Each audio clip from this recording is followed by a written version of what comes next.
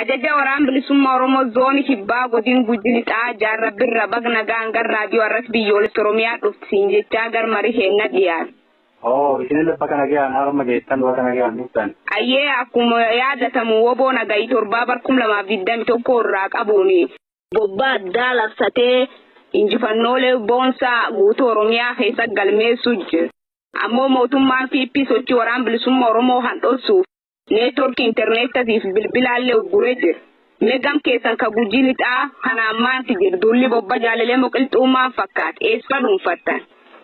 Bareedaadha akkuma beekamutti akka dhaabbii labsii waliigalaa duula jaalalee moqilxuuf jaalalladii gammadaatiin gara kibbaa kanarra jalqabame bakka hedduutti injifannoon baay'een galmeeffamee jira. Akkuma kana godina Gujilixaa keessatti waraanni bilisummaa Oromoo ajajuma dhaabaa fudhatee tarkaanfilee garaa bifa sirnaan bifa qaroominaatiin bakka adda addaatti lola labsaa ture. Lola labsisan keessatti uummata isaa keessa deemee kallattiilee hedduu sochii godhuun buttaa muraasaan wal qooduun aanalee keessatti labsii haga jalqabee injifannoo baay'ee galmeessee jira. Keessattuu lola hageeyya 10 bakka maate jedhamutti lola gaggeessu keessatti humni diinaa duula kana faallessuuf woboo wal qindeessee woboo dura dhaabbachuuf baay'ee keessatti injifannoo baay'ee hammana hin jedhamne galmeessuun duula diinaa godina kana guutuu keessaa walitti deebee kan ergifannaadhaan naannoo kibbaarraa dhufe hunda kan walitti deebise rukutuudhaan nabamsiisee nama 70 ol nabamsiisuun meeshaalee 14 irraa hiikee diina ammoo uummata isaa duratti facaasee injifannoo baay'ee galmeesse goolabee guyyumsarraa jalqabee diina bittanneessee haga guyyaa sanarraa qindoomini diinaa kun harcaasoti walitti bakka bakkaatti walitti dhufan bittannaa'anii deemanii hin deemne jechuudha. Duula sarara kaayee bakkooteen waraana bilisummaa Oromoo godina Gujilixaa dhuunfate aanaa bulee horaa guutummaa guututti dhuunfatamee jira. Aanaan malkaa sooddaa guutummaa guututti dhuunfatamee jira. Aanaan qarcaa guutummaa guututti dhuunfatamee jira. Aanaan surroo barguddaa guutummaa guututti dhuunfatamee jira. Aanaan galaanaa guutummaa guututti dhuunfatamee jira. Lafti dhuunfatamte siin jedhu tun ammoo lafa duraan istiraatiijii diinaatiif qottuma diinaati. Kanaaf qottuma diinaa kan biraa hin jiru. Bakkoota kana jira. Bakka kana ammoo guutummaa guututti bifa wal fakkaatuun dhuunfatee harcaasota diinaa harcaasota piippii kaga ammaa uummata Oromoo rakkisaa dhiphisaa turan hunduma bittanneessee bakka isaan irraa walitti qocanitti deebi'ee jira. Injifannoo cimaadhaan goolabee jira. Ayyee dabalataan hawaasas bakka bakkaatti yeroo woboon mariisisu argaa turre. Mariin isaan sochitan maal fakkaata? Marii akkamii sochitaniif gaafiin uummata keessaa immoo isaniif kafaan jira? Mariin nuti godhaa turre marii bilisummaati yeroo ammaa kanatti duula jalqabne kana marii uummati keenya biyya keenya dhuunfachuuti. Kabiraa miti xumuratti goonee biyya keenya dhuunfanne Oromiyaa bilisoomsine walaboosine harka uummataatti akka galchinu uummati qophii akka ta'u marachiisaa turre. Uummatillee ammoo kana guutumaa guututti qophii ta'uusaa jala sarree nutti himee dhugaa ta'uusaa godhee dararaa diinni duraan dararaa ture kaan gammachuu waraana bilisummaa Oromoo gammachuudhaan simatee dura deemee gula deemee sirnaan simatee waraana bilisummaa Oromiyaa akka harkatti deebisan guutumaa guututti himee uummatillee amanee nurraa fudhatee jira jechuudha. Gaafiin uummati nu gaafatu akkamitti waliin taanee biyya keenya bilisoomsuu dandeettanii akkam nu godhuu dandeettanii haala amma jalqabdan kana haala bareedaadha. Garbummaa kana akkuma duraan itti nu ciccitan nullee isin faana hiriirraa isin waliin jirraa warra qabeenya keenya barbadeessan warra lubbuu keenya balleessan ka dubartoota keenya gudeedan ka kaan mana hidhaatti guuranii waliin jiran yoomiyyuu nuti yoo dhumanne malee duubatti hin deebinu isin faana jirra ka jedhu nu faana hiriirra jechuudha. Gaafiin uummataa gaafii bilisummaati. Oromiyaan harka keenya deebi'u akkamitti nu deebisuu qabdanii ka jedhu nu gaafate malee gaafii biraa nu gaafanne jechuudha.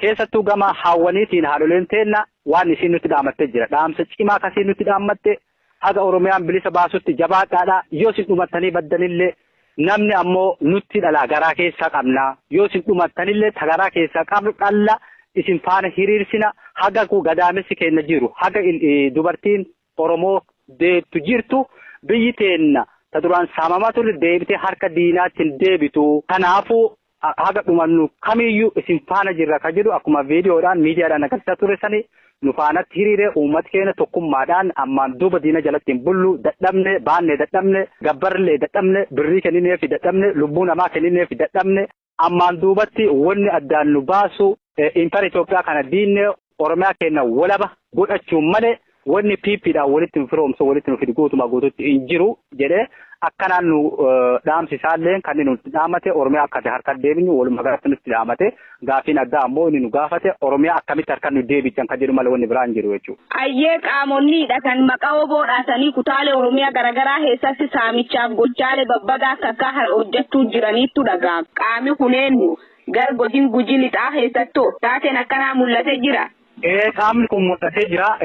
Keessattuu amma naannoo aanaa qarcaa keessatti ganda dibbisaa jedhamu keessatti nama lama ajjeesee jira jechuudha qaamonni kun. Qaamonni kun ammoo warroota maqaa piipiitiin hundeessee piipiin osoo hin beekne sochii waraanni bilisummaa amma godhuu jiru kana keessatti simannaa uummati waraana bilisummaa Oromootiif godhu kana balleessuuf maqa balleessiif uummata wal jibbisiisuuf nama shan qaama hidhate qaama hin beekamne piippiidhaan hundeessee waraana bilisummaa Oromoo itti fakkeessee wiigii mata dhawatee uummata saamaa jiraachuu saamsisa saamaa jira. Inni kun akkuma Oromiyaa goleelee Oromiyaa bakka hunda keessatti deemaa jiru bifa kanaan godina Gujii lixaa keessallee bifa kanaan socho'u jirra. Nulleen hordofuu jirra uummata hubachiisuu jirra.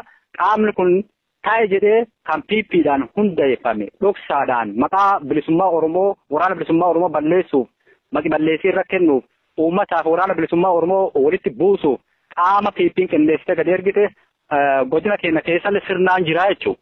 Ayyee yeroo ammaa kanaatti woboof uummata walanqisuuf neetworkii bilbilaatiif intarneetallee muramee jiru. Kun ammoo injifannoo woboo uummata dhoosuuf dabalataan ammoo dhaamsu woboo uummata hanqisuuf akka uummati hin arganneef kallattii garaagaraatiin uummata kanaaf isa walanqisuuf waan godham ta'uu mala.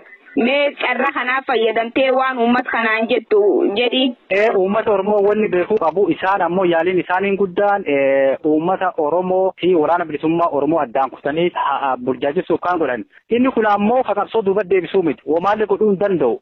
Miidiyaan sullee waliin taphatullee gahee guddaa wanni isaan godhan jiru. Maaliif waraanni bilisummaa Oromoo gochootaa fi injifannoowwan uummati waraanni bilisummaa Oromoo dalagaa jiru. Uummatni waliin hiriiree hojjechaa waan jiruuf wanni isaan jalaa dhoksuu danda'an tokkollee hin jiru. Kanaafuu uummati keenya bakka hundatti sababa kanaan amileen gadi bu'aa doon ta'ini bakka jiru hunda miidiyaaleen baduudha baate qabsoo isaa ka amma jalqabe ka biyya isaa dhuunfachuuf sochii eegale waraana bilisummaa Oromoo eegale kana jalatti hiriiree tokkummaadhaan afaan tokkoon yaada tokkoon xumura akkatti godhu kun ammoo akka uummata keenya hin burjaajessine. Miidiyaa garaagaraa ammoo olola adda addaa gama kaaniin ammoo gama nurraa cufanii isaan ammoo miidiyaa haga ammaatti dhuunfatanii waan harkaa qabanuuf ololan barbaachisne waraana bilisummaa Oromoo badee jira. Oromiyaa keessaayyuu socho'ee jira. Gara biyyoota ollaatti baqatee jira ka jedhu olola adda addaa gadhiisuu jiran jechuudha. Kun soba akka ta'eef dhugaa akka hin taane uummati keenya kana hubatee ejjennoo yookaan dhaadannoo woboon Oromiyaa dhuunfachuuf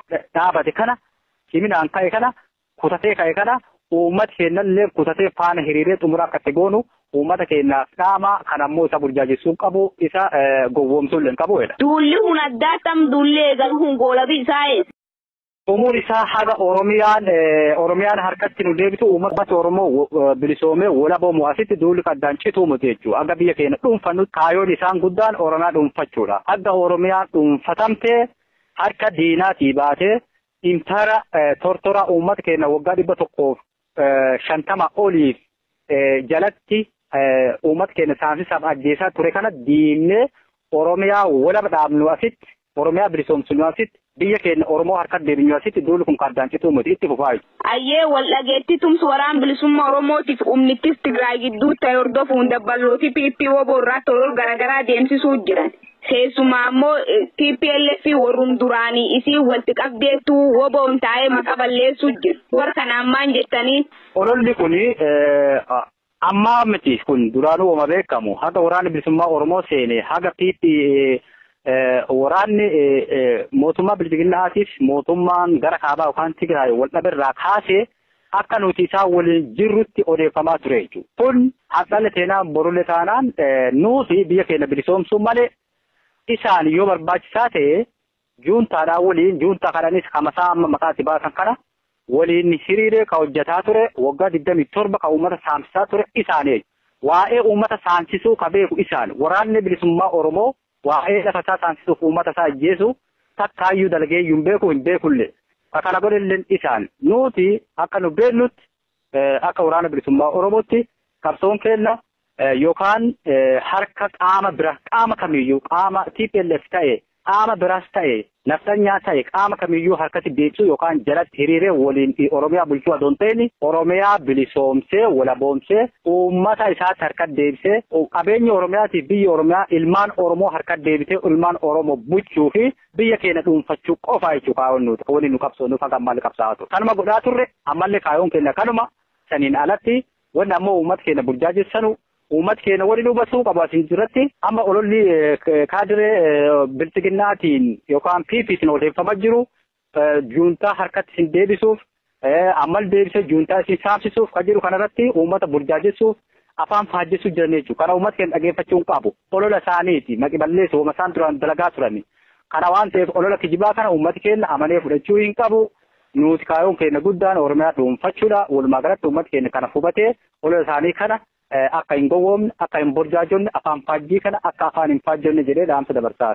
Ayyee ajaja waraan bilisummaa Oromoo zoonii kibbaa godin Gujii lixaa jaarrabbirra marii yeroo waliin goote maqaa dhaggeeffattoota